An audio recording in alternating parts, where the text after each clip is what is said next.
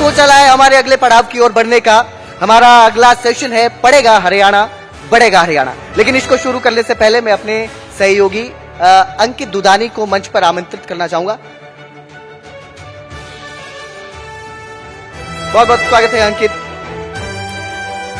तो पढ़ेगा हरियाणा बढ़ेगा हरियाणा आज ये सिर्फ एक नारा नहीं बल्कि प्रदेश के भविष्य की पहचान बन चुका है। जब शिक्षा सभी तक पहुंचती है तो समाज मजबूत होता है और राज्य प्रगति की ओर बढ़ता है। अब बात होगी उस शिक्षा व्यवस्था की जो प्रतिस्पर्धा से आगे बढ़कर समावेशी विकास की ओर जाती है। इस चर्चा के लिए मैं मंच पर आमंत्रित करूंगा mister Jitendra Singh Ahlawat, founder genesis classes private limited. जोरदार तालियों के साथ स्वागत कीजिए जितेंद्र सिंह अहलावत जी का। मेरे अगले मेहमान हैं doctor Tulika Gupta, principal Narayana school Karnal. देखिए तालियों से इनका हौसला भी बना रहता है और बाकी जो आने वाले हैं उनके लिए भी ये उत्साहवर्धक रहती हैं। तो तालियां रुक जाती हैं तो अच्छा नहीं लगता है अपने आप में।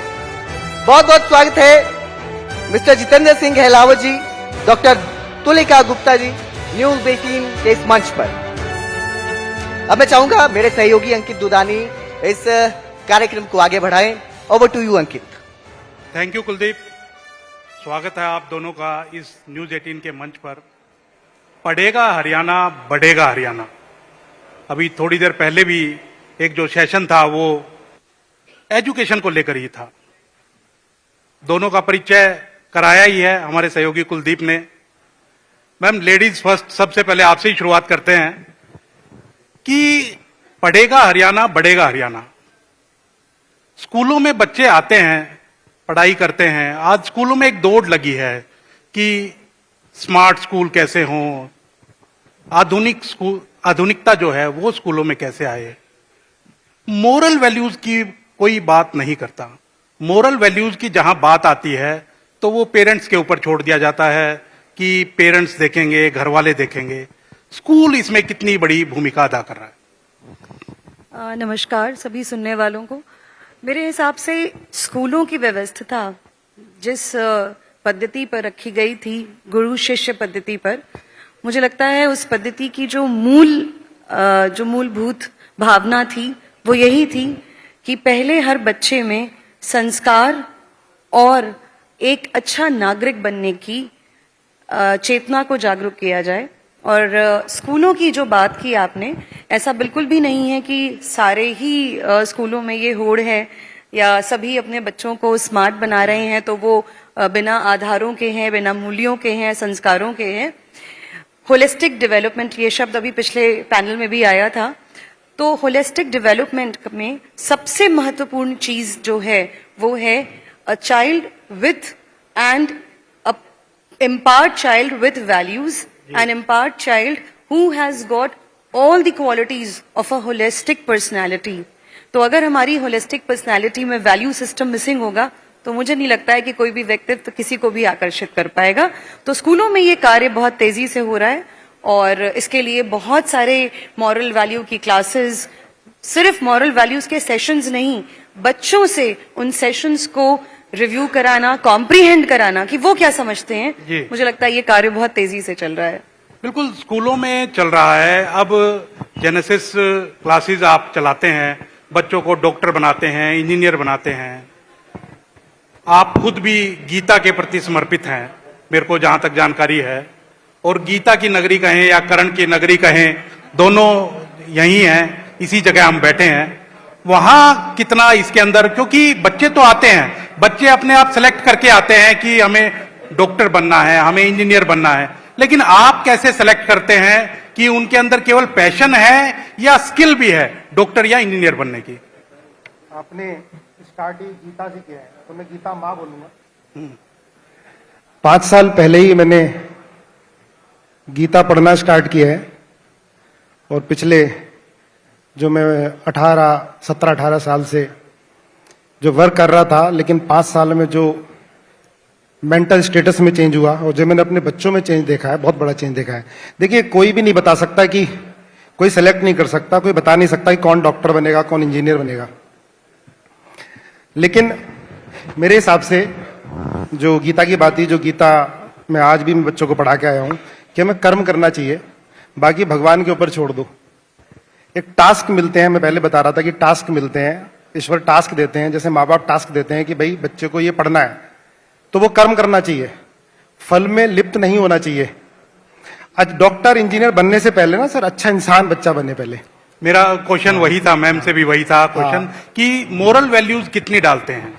सर जैसे अभी बात हो रही थी एआई की, इससे पहले जो पैनल डिस्कशन चल रहा था कि एआई आएगा तो जॉब खा जाएगा, तो अभी मेरा डिस्कशन चल रहा था, अमेरिका में कुछ हमारे स्टूडेंट हैं, तो वो टीचर को रिप्लेसमेंट की बात कर रहे थे कि एआई आएगा तो टीचर को रिप्लेस कर देगा। ऐसा कुछ नहीं होने वाला।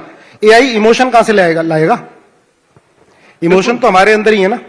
बिल्कुल एआई की बात सर ने की है। मेरा क्वेश्चन आपसे है यही कि टीचर और टेक्नोलॉजी क्या दोनों सेम है? टीचर का स्थान टेक्नोलॉजी ले सकती है? बिल्कुल, मैं इस विचारधारा से थोड़ा विपरीत सोचती हूँ। मुझे ऐसा लगता है कि जो कन्वेंशनल मेथड था, वही मैं गुरु शिष्य पद्धति पे आऊंगी। गुरु का जो व्यक्तित्व होता है, teacher is a role model, उसका पूरा व्यक्तित्व ट्रांसलेट होता है जब वो कोई सब्जेक्ट या किसी कंटेंट के थ्रू बच्चे से कनेक्ट करता है।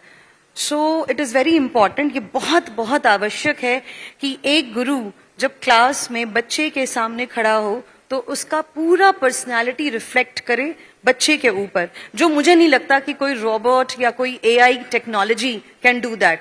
कंटेंट तो बहुत अच्छा हो सकता है, आज अगर मेरी हथेली पर गूगल है तो मेरे स्टूडेंट की हथेली पर भी गूगल है, तो मैं उनसे कंटेंट में नहीं बीट कर सकती, बट मैं टीचिंग मेथडोलॉजी पर, मैं शिक्षा को या उस कंटेंट को उन तक पहुंचाने के तरीके पर जरूर उनसे जुड़ सकती हूँ, कनेक्ट कर सकती हूँ।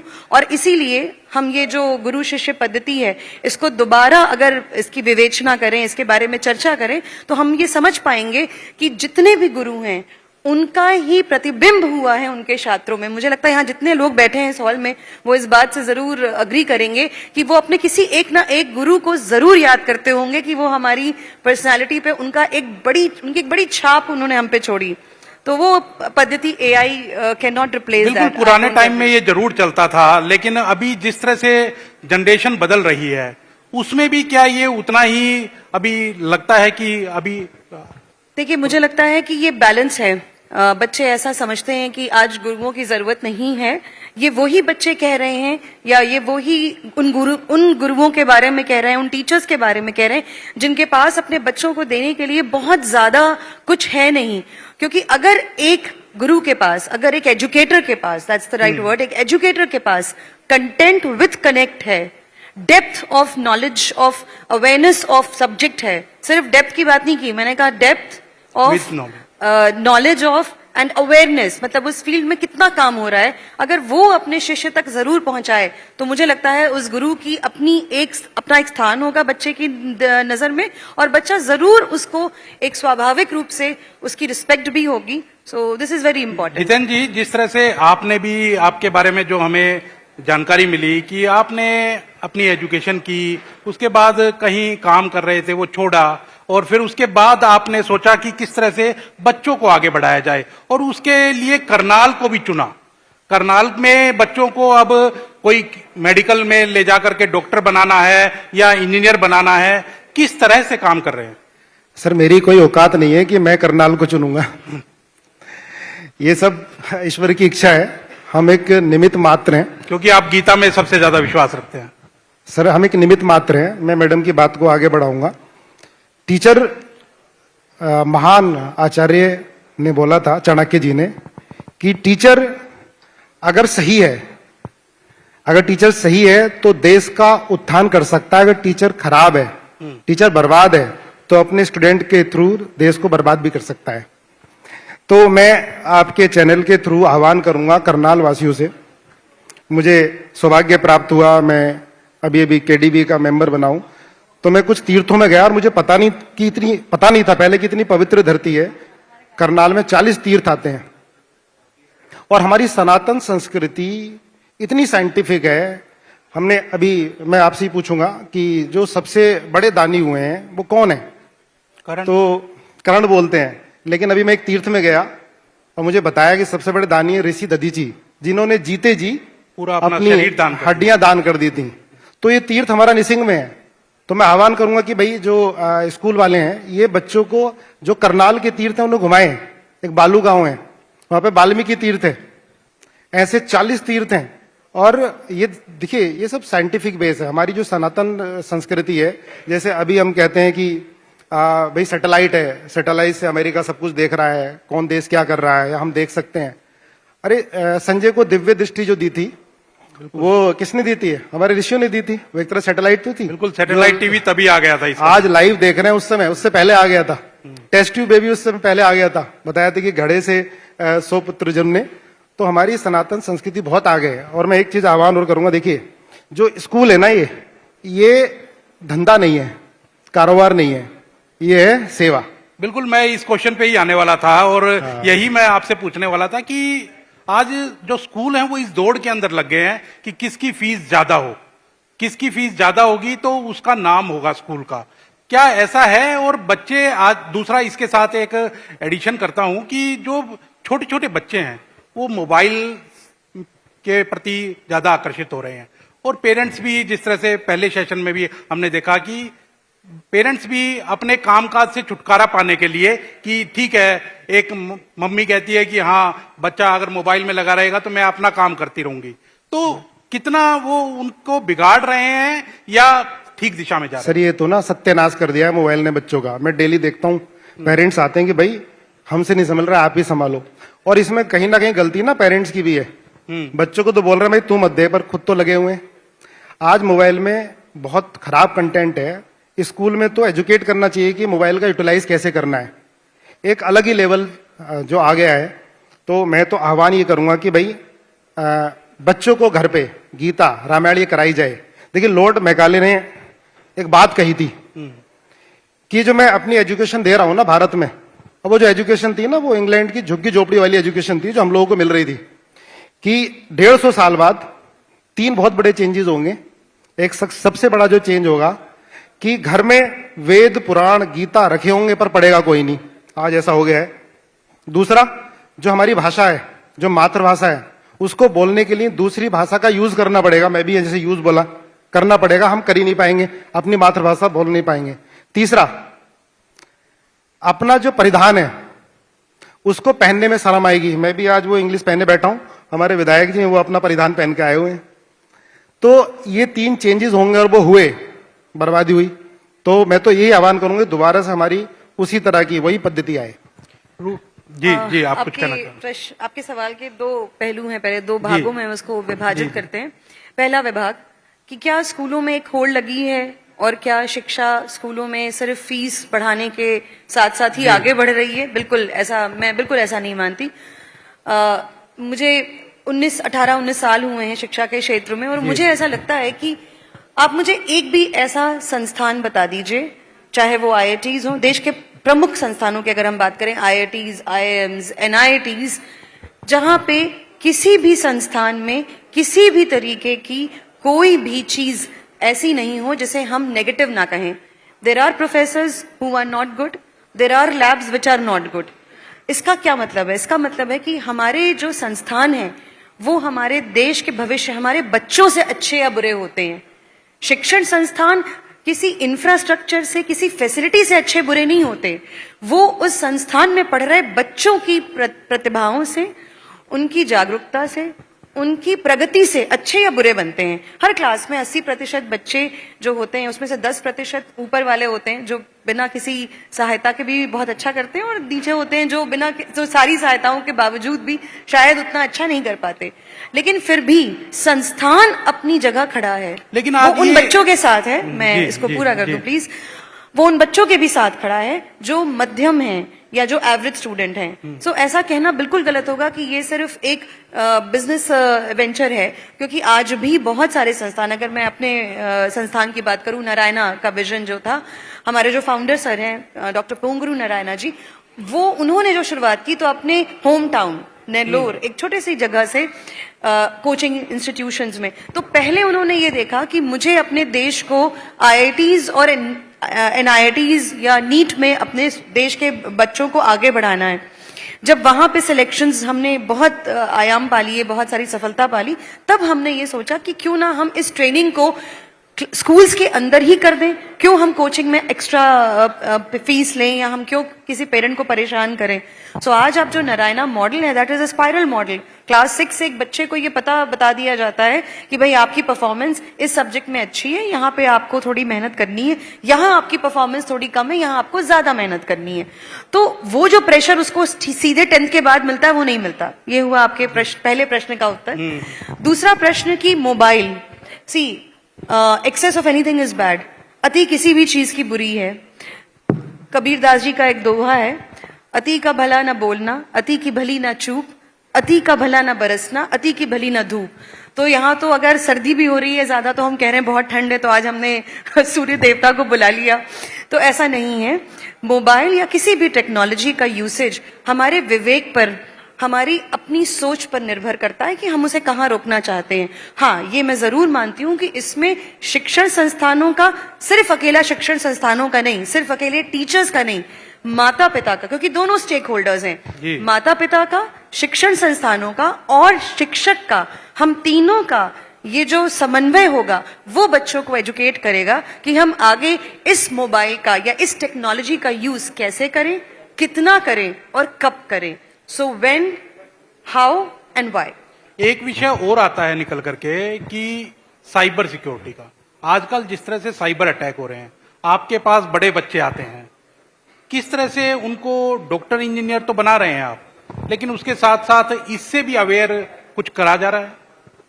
बिल्कुल। एक तो साइबर अटैक होते हैं, एक साइबर सिक्योरिटी होती है। जी। अगर हम बच्चों में इनकलकेट करेंगे शुरू से ही अध्यात्म, अच्छी बातें, गीता, तो हमारे बच्चे साइबर सिक्योरिटी की तरफ जाएंगे। जैसे पहले डिस्कशन में मैडम ने पूछा था, मैडम ने बताया था कि भाई बच्चों को पहले वो अपने आप बन जाएंगे जो बनना होगा, लेकिन हम स्टार्टिंग से ही अच्छी चीजें इनकलकेट करें, वो सबसे ज्यादा जरूरी है। अब जैसे हमारी बात आती है, भगवान के आशीर्वाद से ये कर्ण नगरी है, यहाँ पे बहुत सारे दानवीर हैं, तो हमें कुछ 2-3 स्कूल एक तरह से दान में मिले। करनाल इंटरनेशनल स्कूल जो 28 एकड़ का कैंपस है, द जेनेसिस स्कूल, और एक हमने बालिकाओं का स्कूल बनाया है। आज के जो हमारे चीफ गेस्ट हैं परम पूजनीय महाराज स्वामी ज्ञानंद जी, उनके कर कमलों से ही उसका उद्घाटन हुआ। उनकी प्रेरणा से हम लोगों ने 18 श्लोक बच्चों को कंठस्थ कराए। अगर ये चीजें बच्चों के दिमाग में आती जाएंगी तो हमारा बच्चा ना सिक्योरिटी की तरफ जाएगा, अटैक की तरफ नहीं जाएगा। अगर पहले से ही स्कूलों में ये एजुकेशन हो जाएगी, और जैसे मैंने पहले भी कहा है कि हमारे वेदों में, हमारे गीता और जो भी पुराण है, उनमें बहुत कुछ है। बिल्कुल, आपका हर चीज का सॉल्यूशन गीता है सर। मेरी बात गीता से स्टार्ट होगी और गीता पे ही खत्म होगी। मुझे गीता से बहुत कुछ मिला है। गीता हर चीज का सॉल्यूशन है, हर चीज और का आज solution है। साइंस ने भी माना है इस चीज को। यही सवाल मैम आपसे भी है कि स्कूल में बच्चों को किस तरह से अवेयर करते हैं साइबर सिक्योरिटी को लेकर? देखिए, आज की जो शिक्षा पद्धति है उसमें बहुत सारी बातों पर बहुत गहन चिंतन करके उसको एनईपी के द्वारा स्कूल एजुकेशन सिस्टम में धीरे धीरे, मैंने फिर एक शब्द यूज किया था, स्पाइरल मॉडल।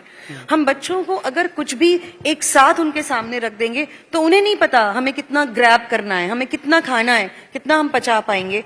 तो एनईपी ने एक बहुत अच्छी चीज हमें दी है, वो है collaborative learning and critical thinking, दोनों एक ही साथ है। सो अगर हम इस मॉडल को स्कूल्स में डेवलप कर रहे हैं, जो कि मैं बहुत गर्व से कह सकती हूँ कि हम नारायणा में ऐसा कर पा रहे हैं, बिकॉज हमारे इंस्टीट्यूशन में we do not use chalk, board, white board. अब आप ऐसा कह सकते हैं कि ये ओवर है, एक्सेसिव टेक्नोलॉजीज है, हम इंटरैक्टिव पैनल्स यूज करते हैं जहां एक पैनल ही व्हाइट बोर्ड बन जा रहा है या ब्लैक बोर्ड बन जा रहा है। लेकिन साथ ही साथ हम बच्चे को क्रिटिकली थिंक करने के लिए भी अवेयर कर रहे हैं, दैट यू डिसाइड। हम बच्चे को ये क्यों बताएं कि आपके लिए ये गलत है और ये सही है। What can be wrong for me can be right for you. जो मेरे लिए गलत है वो आपके लिए सही हो सकता है। मुझे लगता है instead of telling a child not to do this, not to do that, we should educate a child what to do, how to do and when to do. So Jitendra जी, ये आपसे एक सवाल है का ज्यादा महत्वपूर्ण। जितेंद्र जी से एक सवाल है कि आप नीट के, जेई के स्टूडेंट्स तैयार करते हैं, वो आगे जाकर के डॉक्टर इंजीनियर बनते हैं। हरियाणा एक कह सकते हैं कि जिस तरह का राज्य है उसमें डॉक्टर्स की कमी है। क्या आप अपने बच्चों को ये वैल्यूज भी दे पाते हैं कि वो बच्चे यहीं सर्विस करें, यहीं अपनी सेवाएं दें, या फिर कोई ठीक है जो आपने तो बना करके छोड़ दिया है वो कहीं भी जाएं, कोई बात नहीं? नहीं सर, हमारी आदत है, हम हाथ छोड़ते नहीं है एंड तक। जो बच्चे डॉक्टर बन के आज एम्स में बैठे हुए हैं, अच्छे अच्छे मेडिकल कॉलेज में, आईआईटी में बैठे हुए हैं, हमारी रेगुलर उनसे इंटरेक्शन होता है। और कितने सारे बच्चे हैं जो मुझे आए दिन मिलते हैं। मैं कैथल गया तो एक बच्चा नवोदय हॉस्पिटल चला रहा है, तो कहता सर आपकी बातें याद हैं, जो भी हमें सोसाइटी से मिला हमें वापस करना है। तो वो एक दिन बिल्कुल फ्री देखता है और बहुत कम फीस है। और कितने सारे बच्चे हमारे गवर्नमेंट हॉस्पिटल में कार्यरत हैं, तो हम शिक्षा के साथ संस्कार दे रहे हैं और एंड तक लगे रहे हैं। अभी मैं बेंगलोर गया था, एक कंपनी का लॉन्च था, तो मैंने अपने बच्चों को बुलाया। ऑल इंडिया IIT 69 रैंक हमारे करनाल से गई है, ऑल इंडिया 31 रैंक, 97 रैंक, वो बच्चे अपनी अपनी कंपनी चला रहे हैं। तो मैंने बुलाया तो 97 वाला बच्चा था। तो मेरी ये रहती है कि भाई सारा जो रोजगार है सरकारी थोड़ा देगी, सारा कोई हमारे मोदी जी थोड़ा देंगे, हमारी भी जिम्मेदारी है। तो हमारे काफी सारे बच्चे, कोई 1000 लोगों को रोजगार दे रहा है, करनाल के बच्चे हैं, कोई 100 लोगों को रोजगार दे रहा है। तो बच्चा मुझे मिला ऑल इंडिया 97 रैंक, मुझे बड़ी खुशी हुई। वो उसकी कंपनी, वो को फाउंडर है, उसकी कंपनी ड्रोन बना रही है आर्मी के लिए।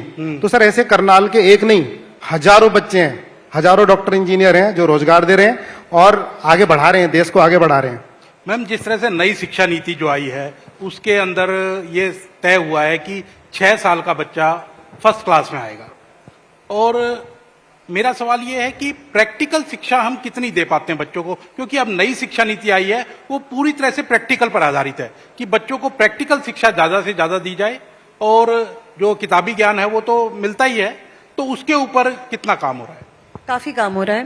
मुझे लगता है कि अगर आप NEP के मॉडल को ही देखें तो हमने बहुत सारा कंटेंट, जैसे पहले क्या होता था कि 80% was theory and 20% was practical, धीरे धीरे इसको हमने कम किया, हमने 60-40 किया। आज अगर मैं अपनी एनालिसिस मेरी सही है, जितना मैंने जाना है हर लेवल पे, not only at the primary levels but also at the middle school and higher education also, आज प्रैक्टिकल एक्सपोजर को एक बहुत अच्छा मॉडल इवन IITs में भी शुरू हुआ है, प्रोफेसर्स बाय प्रैक्टिस। आज हम कंपनीज से जो CEOs या हायर डेजिग्नेशन के लोग वॉलंटरी रिटायरमेंट ले रहे हैं या वो अपनी जॉब को छोड़ करके एजुकेशन में आना चाहते हैं, हम उन्हें प्रोफेसर्स बाय प्रैक्टिस, यानी कि हम उन्हें directly as a professor hire कर रहे हैं, रिक्रूट कर रहे हैं। व्हाई? बिकॉज हम चाहते हैं कि जो प्रैक्टिकली जमीनी तौर पर वो अपने फील्ड में सीख कर आए वो बच्चों को सिखाएं।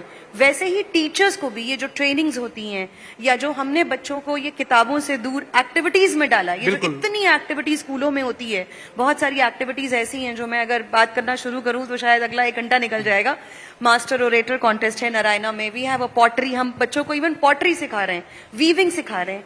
इसके सारे के पीछे एक ही उद्देश्य है जो अभी आपने कहा कि practical exposure with an insight of increasing the awareness and also the concentration, जो कि एक बहुत बड़ा मुद्दा है। पेरेंट्स या जो भी आपके बिल्कुल प्रश्न प्रैक्टिकल थे, शिक्षा, बिल्कुल, क्योंकि आज के बिल्कुल, दिन सबसे जरूरी है। उसको 30 सेकंड्स में आप भी अपनी बात रखिए। सर मैं तो वही गीता पे ही आ जाऊंगा वापस ना। जी जरूरी है। आज डॉक्टर इंजीनियर ये बनने की होड़ लगी हुई है और पेरेंट्स ही बहुत प्रेशर डाल रहे हैं, और हम बीच बीच में काफी सारी न्यूज सुन रहे हैं। IIT में जाने के बाद बच्चा सुसाइड कर ले रहा है, तो वो कहीं ना कमी है हमारी जो शिक्षा एजुकेशन की, कहीं ना कहीं पेरेंट्स की कमी है जो कंपैरिजन कर रहा है, एक 2-2 बच्चा है और उस पर बहुत ज्यादा बोझ लाद देते हैं। तो मेरे हिसाब से बच्चों को थोड़ा सा मतलब फ्रीडम दी जाए और आध्यात्म की तरफ मोड़ा जाए। देखिए हम भी अपने स्कूलों में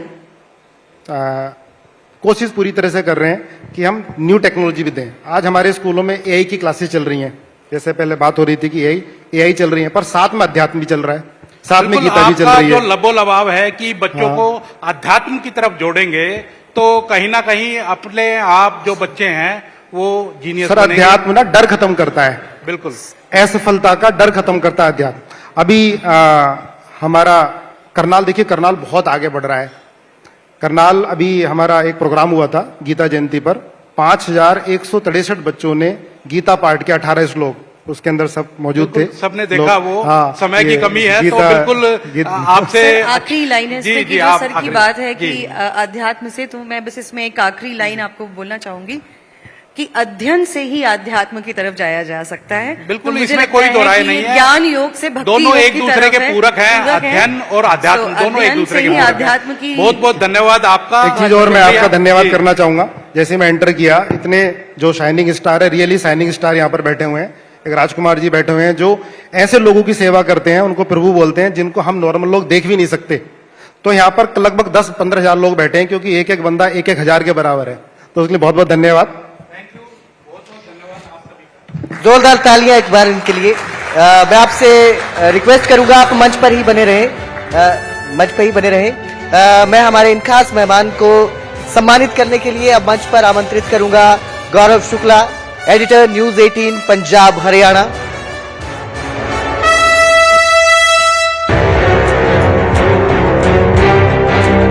और मैं मंच पे आमंत्रित करूंगा Jagmeet Jammu, regional head network 18।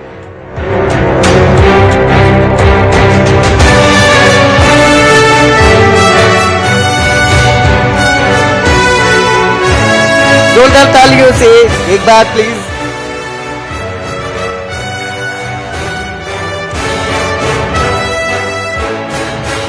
तो इस सेशन से एक बात तो समझ आ गई कि शिक्षा में निवेश ही किसी प्रदेश की सबसे बड़ी पूंजी होती है, और जहां एजुकेशन सिस्टम मजबूत होता है वहां तरक्की की नींव भी अपने आप रखी जाती है। अध्ययन, अध्यात्म और शिक्षा सभी एक दूसरे के पूरक है, एक साथ चलते हैं तो तरक्की। और अब मैं स्टेज पर आमंत्रित करना चाहूंगा हमारे एक और खास मेहमान मिस्टर धीरज सेठी का। I would request to please come on the stage mister Dheeraj Sethi. Mr. Dheeraj Sethi is the Senior Vice President working with HDFC Bank for the last 24 plus years.